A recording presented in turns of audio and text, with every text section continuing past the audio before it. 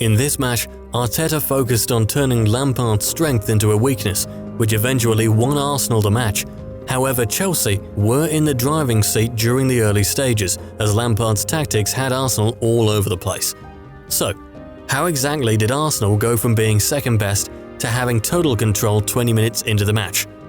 We will explore both teams' tactics to understand why Chelsea had the upper hand at the start, and then how Arteta's tactics first brought Arsenal back into the game before allowing the Gunners to have total control of the match.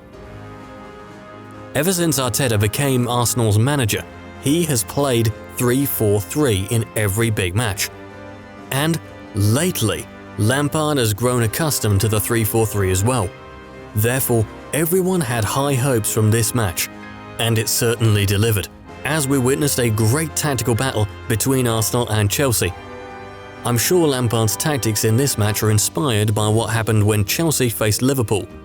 Prior to the match, Chelsea played Liverpool in a high-scoring game. In that match, Klopp targeted Chelsea's double pivot. That allowed Liverpool to bypass Chelsea's press way too easily, making it a one-sided game, until Lampard made some tactical changes. So, since Lampard knew Arteta would go with 3-4-3, he decided to target Arsenal's double pivot, exactly what Klopp did with him. To do just that, he tasked his wingbacks to advance up the field in order to occupy Arsenal's wingbacks.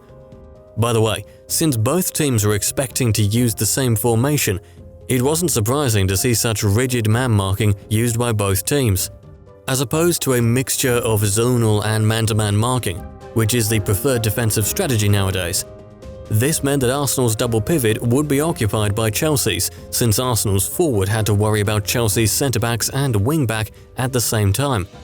So, while Chelsea's wing-backs were busy keeping Arsenal's wing-backs back, Lampard wanted Mount and Pulisic to play in between the lines and overload the midfield. This move had the same effect that Liverpool had against Chelsea last week, overwhelming the double pivot to a great degree. Other than using forwards to advance up the field, Lampard wanted to make Arsenal's press ineffective. So whenever Arsenal had a player too close to the centre-back, Lampard wanted his team to exploit the space on the flanks with a lofted pass to the wing-backs, just like he did against Liverpool. But in this match, Arsenal were able to deal with this right away, as their focus on man-marking allowed them to send a wing-back to close down an open Chelsea player out wide. When Arsenal got on the ball, Lampard wanted to make their build-up play as difficult as possible. That was really important to Lampard, because if Arsenal couldn't play through Chelsea, then the Gunners would be forced to go long, and since Arteta didn't have any player with a decent aerial presence, Arsenal would struggle to hold on to possession when going long. So Lampard tasked his team to play a high line, giving Arsenal as little space to build up as possible. With Arsenal being unable to bypass Chelsea's press with a long ball, Arteta tasked all of his players to assist in the build-up so that Arsenal can hold on to possession. This meant that every now and then an Arsenal forward would be spotted assisting the build-up in their defensive third. This is why it was so crucial for Chelsea to have such rigid man-to-man marking. Arteta, on the other hand, had a completely opposite approach on how to play 3-4-3. While Lampard wanted his team to focus on the middle of the pitch, Arteta had only one goal in mind: get in behind Chelsea's high line. To do that, he had his wing-backs go all the way up while the wingers stayed in their half spaces. So, when Lacazette dragged Zuma away, only Azpilicueta was left to worry about Aubameyang and Maitland-Niles at the same time. Arteta targeted that side heavily, only because of Azpilicueta, since he was Chelsea's slowest centre-back in that match. This was so ingrained in Arsenal players that they kept trying to find a player in behind Chelsea's defence whenever they were forced to go long. After Chelsea took the lead, Arsenal started using a high line to leave as little space as possible for Chelsea. Arsenal's high line directly affected Chelsea's build-up play, restricting them to use less space and take longer to play through Arsenal's shape.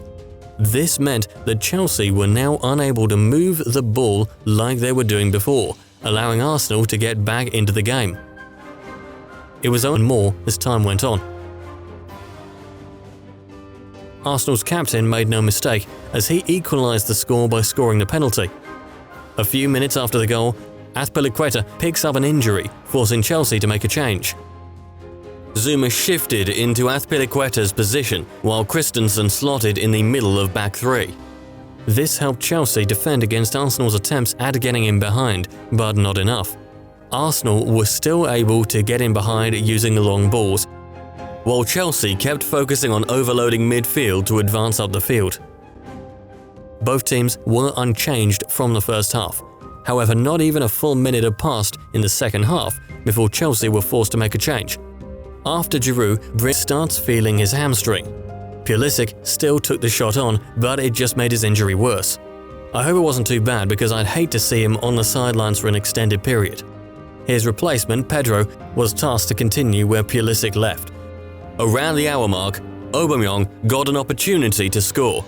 He just had to win a 1v1. In this instance, he cuts inside but loses possession right away, winning goal. 5 minutes later, Kovacic is shown a red card for his tackle. Even though I don't agree with the decision, I get why the referee did what he did.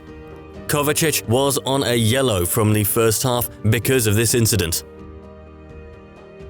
He then committed another foul and was warned mere seconds after that incident took place. And so, Pulisic's injury coupled with Kovacic's red card fully demoralised Chelsea, allowing Arsenal to stay in control until the end. In essence, Arteta was prepared to exploit Chelsea's high line right from the start and wasn't afraid to adapt to Chelsea's tactics, whereas Lampard wasn't concerned with Arsenal's high line at all, directing the long balls to Giroud. With this season being Arsenal's worst ever in the Premier League, it's amazing Arteta managed to win a trophy for Arsenal. Thanks to Arteta, Arsenal will play in Europe next season. Arteta deserves a lot of credit for what he's done in so little time. So does Lampard, to be fair.